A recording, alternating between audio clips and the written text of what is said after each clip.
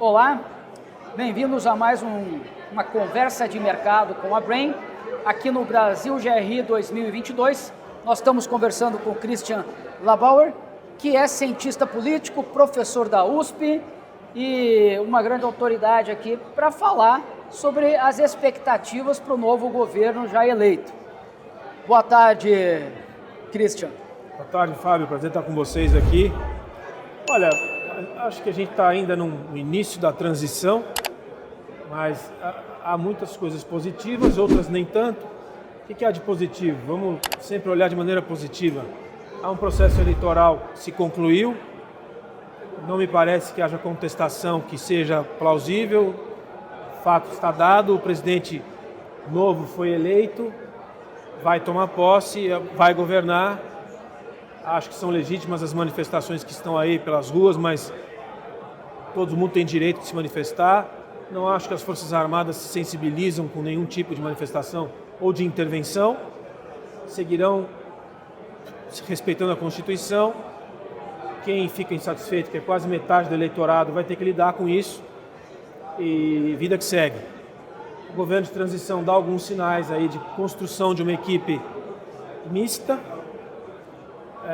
Quem conhece o Partido dos Trabalhadores vê algumas figuras aí que estão atuantes na montagem do projeto de governo que geram alguma preocupação, mas tudo que gera preocupação vai ter que se compor com um Congresso Nacional, que é um Congresso que vai ter um perfil de resistência até bastante razoável, de oposição, eu digo. Acho que a única preocupação maior é o Judiciário. O Judiciário talvez tenha que ficou grande demais. Conter um pouco a sua hiperatividade, e quem faz essa contenção é o Senado Federal. O Senado Federal também está renovado de certa maneira. Tem um grupo de senadores de oposição que tem essa autoridade, que pode conter a hiperatividade do Judiciário. Eu acho que isso vai acontecer, tem que acontecer, é de interesse do país que aconteça, que as liberdades de expressão continuem livre, respeitada pela Constituição, e aí vem o desenvolvimento econômico. Eu acho que os dados da economia herdados por esse governo não são ruins, não são uma maravilha, mas não são ruins. O mundo demanda um Brasil atuante, um Brasil produtivo, uma agricultura forte. Então, assim, a gente tem oportunidades que espero que o governo seja sensível para perceber a oportunidade brasileira e não tomar decisões que atrapalhem negócios como o de vocês. Quer dizer, todo mundo quer trabalhar com ambiente de segurança jurídica e de liberdade. Acho que é Você comentou, Christian, uma coisa interessante, né? Ninguém quer que o governo atrapalhe os negócios, em lugar nenhum, inclusive, né? E talvez a primeira participação do novo governo, embora não enquanto governo, mas enquanto personalidades, né? O presidente Lula foi convidado, o presidente eleito foi convidado para ir à COP27 e deve ir com uma equipe razoavelmente grande, inclusive com a Marina Silva. A expectativa de eventualmente ela ser anunciada como futura ministra ou futura representante internacional do Brasil em relação ao meio ambiente. E uma preocupação muito grande dos atores do mercado de construção civil e do mercado imobiliário, que parece que é a mesma coisa, mas não é, né? A construção civil está mais ligada à questão de indústria pesada, né? Infraestrutura, e a imobiliária está mais nas cidades. Além do mercado de loteamentos, né? A necessidade de fazer regularização e aprovação de qualquer área no Brasil é muito difícil, em especial no interior. Como é que você vê, ao mesmo tempo, talvez o tema de maior embate do Brasil durante o governo do presidente Bolsonaro no mundo tenha sido a questão ambiental. Não necessariamente pelo dado apenas, mas muito até pela forma como participou das discussões ou não participou das discussões. Como é que você vê o encaminhamento do governo para a questão ambiental e o que isso pode trazer de bom e de ruim para o setor aqui imobiliário? Eu acho que é um dos temas mais sensíveis da agenda, além da questão fiscal, que eu vejo com um pouco mais de ponderância pelo governo. A ambiental vai ser certamente um pêndulo. Esse governo que chega usa esse tema de uma maneira, ao meu ver, descompensada. Eu vivi esses últimos anos no ambiente da agricultura, que tem a mesma, ou talvez até igual ou maior dificuldade de se praticar licenciamento ambiental. Há um projeto de lei no Senado Federal tentando viabilizar esse modelo que é inviável, quer dizer, as pessoas querem investir, todo mundo, ninguém é não sustentável, é muito pouca gente que não é sustentável, só criminoso que não é sustentável. Agora, o uso do espaço para vocês ou para a agricultura tem que ser uma coisa menos burocrática e menos xiita do que é hoje na legislação e na prática da fiscalização. Então, assim, eu temo que isso volte de alguma maneira, mas a gente tem que usar a nossa representação, seja o setor imobiliário, seja o setor agrícola, nas instituições legislativas. E essa instituição hoje é o Senado. O advocacy tem que ser feito por nós todos para manter um ambiente transparente, saudável, sustentável, mais viável e não burocrático no Senado Federal. Então, tanto para o setor imobiliário quanto para a agricultura, eu acho que a gente tem que fazer é conter um pouco essa animação que vem de uma burocracia desconectada do negócio, que é muito presente na burocracia brasileira, se reflete nas ações do IBAMA, nas certificações que você tem que ter, na fiscalização ambiental e assim por diante. Isso tem que ser enfrentado e tem que ser transparente para a população toda. Uma coisa que a gente ouve muito é o apagão das canetas, que causa um problema grave nas aprovações também, que independe às vezes das leis, mas o técnico lá na cidade XYZ não quer assinar com medo de que o Ministério Público entre com uma ação, porque antes era só uma ação civil, mas agora ele também assina criminalmente. E o técnico ganha lá 3 mil, 5 mil, seja 15 mil reais lá no interior, fala, bom, a menos que esteja todos os documentos desde a época de Dom Pedro I aqui, para eu ter certeza, eu não assino.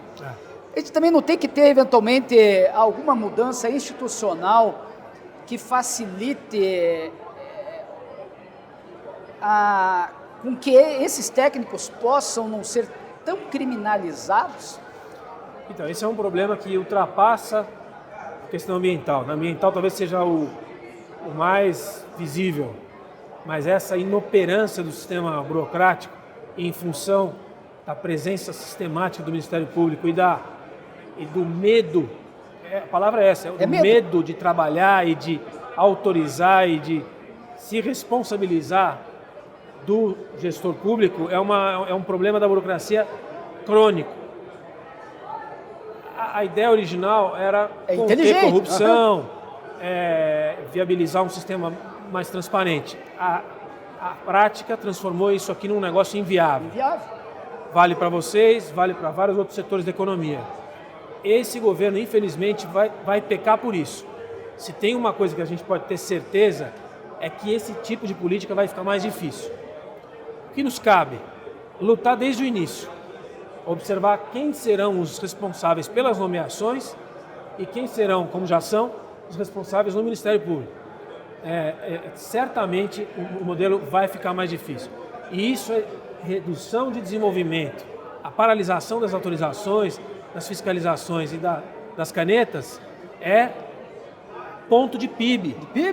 Ponto de PIB, isso tem que ficar claro e desde já a gente tem que estressar isso no modelo de transição do governo, sejam instituições como a sua ou como todas que estão aqui presentes, mas também as da agricultura, que eu conheço várias que já vão trabalhar nisso. Queria tocar em mais 2 assuntos. O primeiro é que você diz que tem 2 pontos de interrogação importantes de como que vai ser o futuro governo. Um deles é na questão ambiental, que te preocupa mais, e o outro em relação à questão fiscal. Tem aí a PEC da transição, cada um dá um nome para ela, que falam entre 150 e 200 bi, 160, 170 bi. O próprio Congresso parece que já está aceitando mais ou menos esse valor. Alguns chegaram a falar de 400 de déficit, mas tanto o presidente Lira quanto o Pacheco têm sinalizado que vai passar uma PEC aí perto de 200 bi. Como é que você vê isso e se é algo só momentâneo que serve para formar uma coalizão, mas que depois entra nos eixos? Bom, eu particularmente não gosto desse approach, né, dessa abordagem que o novo governo e a transição estão fazendo. A herança, como foi dito aqui, desse governo, do ponto de vista econômico, não é maldita. Os números estão na mesa. O déficit em relação ao PIB em torno de 80% é bastante razoável.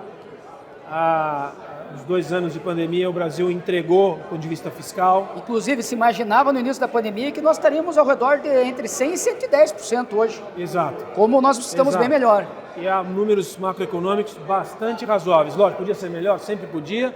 Na comparação, na relatividade em relação a outros países do mundo, países ricos, o Brasil não está mal. Portanto, isso não é colocado pela transição por uma questão política, mas tem que ser colocado muito, muito abertamente. Dito isso, falar em 400 bilhões é demagogia.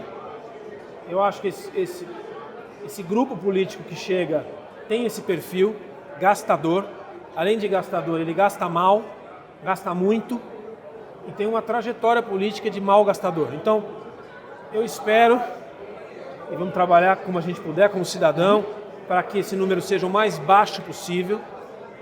Aceitável 150, acho que é. 150 era o déficit de 2019, ou seja, 4 anos depois, depois de 2 anos de pandemia, o Brasil aguenta.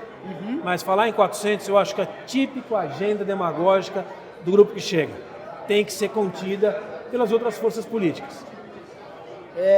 E para terminar, esse ano, quando começou o Boletim Focus, dizia que o Brasil cresceria 0,5%. Nós vamos crescer mais de 2,5%. Talvez 3%. Ano que vem, de novo o Boletim Focus está dizendo que a gente vai crescer 0,5%, 0,6%. Então a expectativa é que a economia vai surpreender, que o Brasil dinâmico, que o mundo empresarial dinâmico vai surpreender de novo? Vou te dizer, vamos gravar e vamos ver depois o que acontece. Já me parecia que o Brasil ia crescer mais do que 0,5% em 2022, pela referência que eu tenho do agronegócio, que eu tenho mais proximidade. Sim. Se o governo não atrapalhar 2023, pela demanda que o mundo tem de comida, pela demanda que ele tem de energia limpa e pela estrutura produtiva brasileira, como se apresenta, se não tiver nenhum impacto de guerra ou coisa muito excepcional, com certeza o Brasil vai crescer mais de 0,5%. Tem que ser muito ruim, tem que errar muito para o Brasil crescer menos de 0,5%. Eu arrisco aqui 1,5% fácil, porque o mundo vai ter um backlash, vai ter uma redução, mas o Brasil está numa posição que, se não tiver erro interno, e vocês são parte disso, a coisa vai. Pessoal, muito obrigado aqui ao cientista político, ao professor Christian. Agradecemos bastante e estamos na torcida com você para que o governo erre pouco, né? E que essa coalizão que se inicie com uma visão mais progressista e mais pró-empresa e empresário. Isso aí, muito obrigado, Fábio. Prazer estar com você aqui. Legal. Pessoal, não esqueçam de marcar esse vídeo, passar para todas as pessoas que você conhece e seguir a Brain nas redes sociais.